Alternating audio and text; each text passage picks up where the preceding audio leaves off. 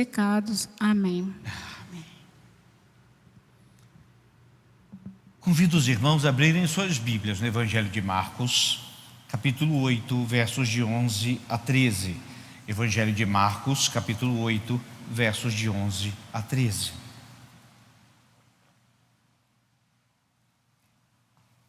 O título dessa mensagem é esse mesmo. Veremos por quê. Diz a palavra de Deus: E saindo os fariseus, puseram-se a discutir com ele, e tentando-o, pediram-lhe um sinal do céu. Jesus, porém, arrancou do íntimo do seu espírito um gemido e disse: Por que pede esta geração um sinal? Em verdade vos digo que a esta geração não se lhe dará sinal algum. E deixando-os, tornou a embarcar e foi para o outro lado. O outro possível título é O Dia em que Jesus Suspirou.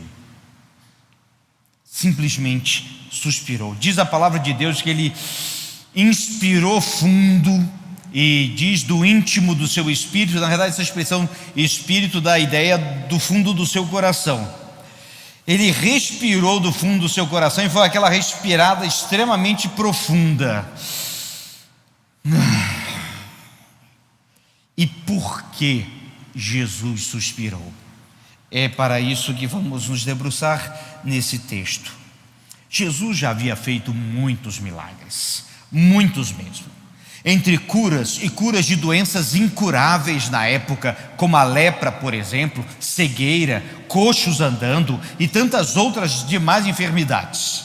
Além disso, ele também fez milagres no que diz respeito à natureza, também alimentou multidões 2 vezes, porque aqui vai acontecer depois da segunda multiplicação dos pães e peixes. Jesus Cristo já havia feito muitos sinais. Mas chegou um grupo de fariseus, lembrando que fariseu era um grupo político-religioso e que perseguia Jesus Cristo. E meio que cercando Jesus Cristo enquanto ele estava lá, simplesmente eles dizem assim, tentando: mostra mais um sinal do céu. Meus irmãos, Jesus Cristo aqui, ele inspirou e suspirou, e veremos mais adiante por quê. Mas antes a gente precisa entender uma coisa, no mínimo curiosa. Os fariseus e os judeus da época tinham uma ideia de Messias muito clara na cabeça deles. Atenção, era uma ideia clara na cabeça deles. Não foi o Messias prometido pelo Senhor Deus, mas ao longo da história eles passaram a inventar coisas e situações que aquilo começou a se tornar tão maior que a lei, inclusive. O modelo mais ou menos é esse aqui: descendente de Davi, e esse era certo, e na realidade esse sim é uma profecia, está lá em 2 Samuel capítulo 7. Quando teus dias se cumprirem e descansares com teus pais, então farei levantar depois de ti o teu descendente, que procederá de ti, e estabelecerei o seu reino. Este edificará uma casa ao meu nome, e eu estabelecerei para sempre o trono do seu reino. Promessa de que o descendente de Davi seria o Messias. Mas eles também achavam que o Messias seria um líder político-governamental, que ia dominar Roma, que ia dominar Israel, que ia morar num palácio e governar num trono, que ia coordenar exércitos e vencer o Império Romano daquela opressão que eles viviam.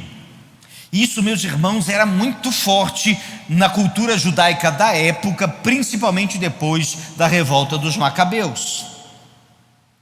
Também eles achavam que seria um profeta e mestre, no sentido de explicar os grandes mistérios da lei, que eles tinham muitas dúvidas. E por fim, eles também achavam que seria um guerreiro poderoso, que lutaria contra todos os inimigos de Israel. E encontram Jesus Cristo, pregando sobre paz, pregando sobre perdão, falando da vida eterna e da eternidade, falando de arrependimento e de vida espiritual, falando de voltar às Escrituras e voltar a uma vida com Deus. E eles ainda queriam mais sinais. Diante disso, meus irmãos, dessas considerações, Jesus Cristo, mais uma vez, e agora ele já testando o limite da paciência de Jesus Cristo, e a gente vai agora tentar entender por que Jesus suspirou. Em primeiro lugar, em outro momento, com os seus discípulos, Jesus Cristo disse assim: até quando estarei com vocês? Até quando eu vou ouvir esse tipo de coisa? Era preciso sim suspirar, sabe por quê, meus irmãos? Porque parecia que mesmo seus discípulos não estavam entendendo a verdade que estava sendo anunciada. Eles não estavam entendendo. Então, em algum momento, Jesus vai dizer: até quando eu tenho que ouvir isso? Vocês querem mais sinais? Olhe para cá, meus irmãos, quantos sinais foram feitos? Eles queriam mais. Até quando? Segundo motivo, que é uma pena falar para quem não quer ouvir. Jesus enfrentou muitos deles, meus irmãos, muitos deles. Mas entenda, falar para quem não quer ouvir é terrível. Há um tempo atrás eu falava aqui na igreja sobre professores, quando a gente está dando aula e tem alguns alunos que não querem ouvir. E quem é professor sabe a raiva que isso dá. A gente prepara a aula, deixa tudo direitinho, o camarada está com a cabeça na Dinamarca. Imagina Jesus falando para todos eles, ele queria entregar a sua vida por cada um deles. E simplesmente eles não queriam ouvir. É uma pena falar para esses. E Jesus suspirou.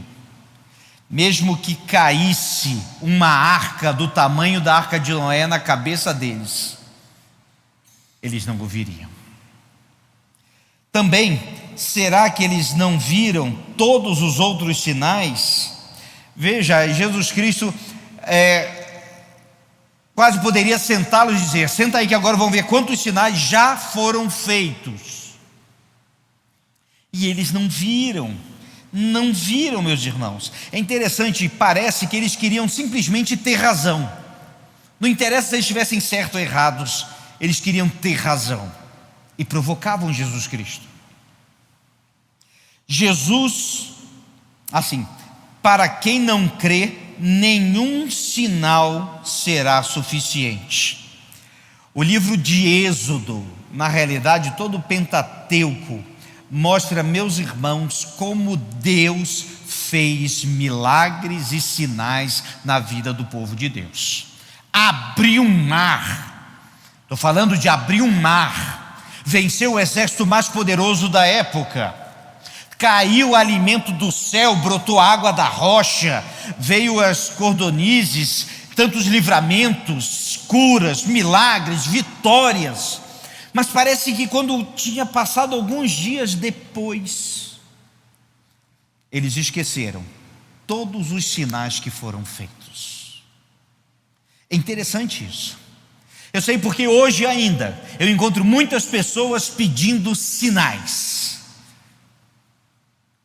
Alguns até esdrúxulos. Mas por quê? E mais adiante vamos ver, falta-lhes fé. E por mais sinais que fossem dados àqueles homens, eles não creriam. Que pena. Jesus suporta os maus, mas não por muito tempo. Aquela suspirada de Jesus Cristo já mostrava que ele já estava perdendo a paciência com aqueles homens tolos, que se diziam sábios, aqueles que se diziam conhecedores das Escrituras e não praticavam nada do que era dito, aqueles que faziam muitas orações públicas, repetitivas, mas que eram absolutamente vazias, aqueles que jejuavam até 3 vezes por semana, e ainda assim não entenderam nada do que significava estar diante do Senhor. A esses, Jesus Cristo já estava dando o ultimato. Jesus suporta os maus, mas não por muito tempo. Também a própria atitude hipócrita deles, na realidade eles queriam tentar Jesus para que Jesus não fizesse um sinal e eles então pudessem desmascarar Jesus. Bem, Jesus vai responder com grande sabedoria. Também a pouquíssima fé deles era visível, audível e palpável. A pouquíssima fé deles. Se tinha uma coisa que tirava Jesus do sério e o enchia de espanto, era a pouca fé das pessoas. Às vezes dos seus discípulos, outras das pessoas, outras tantas dos religiosos da época. Pessoas que eram para estar sedentas e ardentes em fé. Não, eles não criam. E uma expectativa muito limitada de quem era o Messias. Eles queriam apenas um rei. Eles não queriam um salvador de suas vidas e almas. Eles queriam ter benefícios, mas não queriam se comprometer com o Senhor.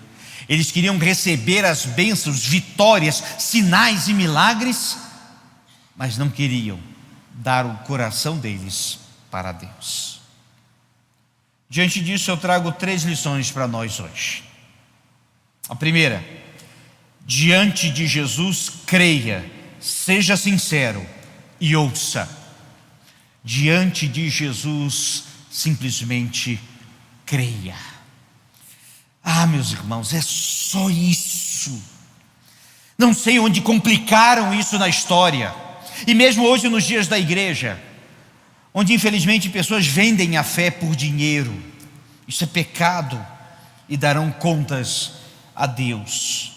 Porque diante do Senhor Jesus, a única coisa que Ele pede é que nós creiamos, tenhamos fé.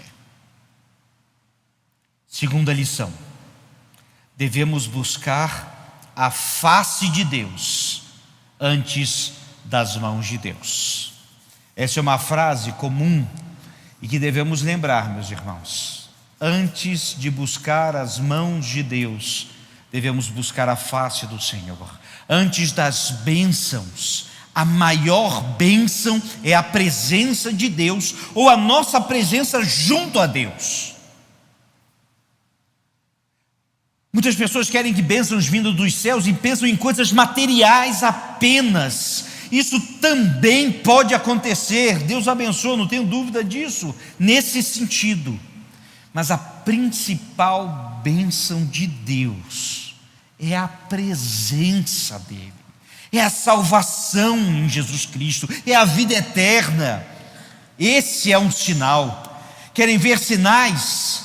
Quando vejo um coração duro que se converte ao Senhor, aos prantos arrependidos. Quando vemos pessoas que estavam tão longe e se aproximam, quando pessoas descem as águas do batismo, quando nós cantamos como igreja e podemos sentir a doce, santa e suave presença do nosso Deus.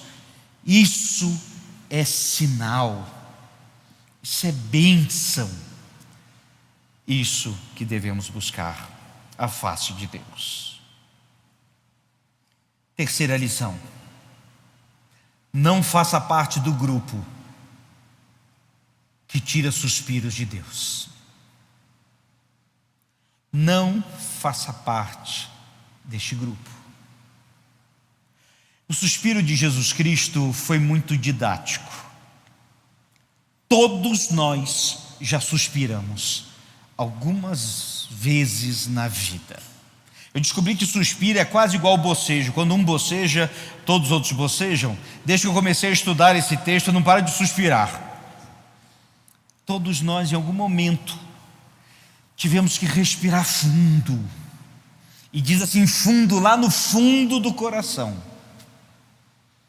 pelo que temos visto, ouvido, mas não faça parte do grupo que tira esses suspiros do Senhor. Antes, creia. Os teólogos estudam muito a respeito da humanidade de Cristo, sendo Jesus Cristo 100% Deus, 100% homem. Há toda uma questão sendo estudada ainda hoje sobre isso.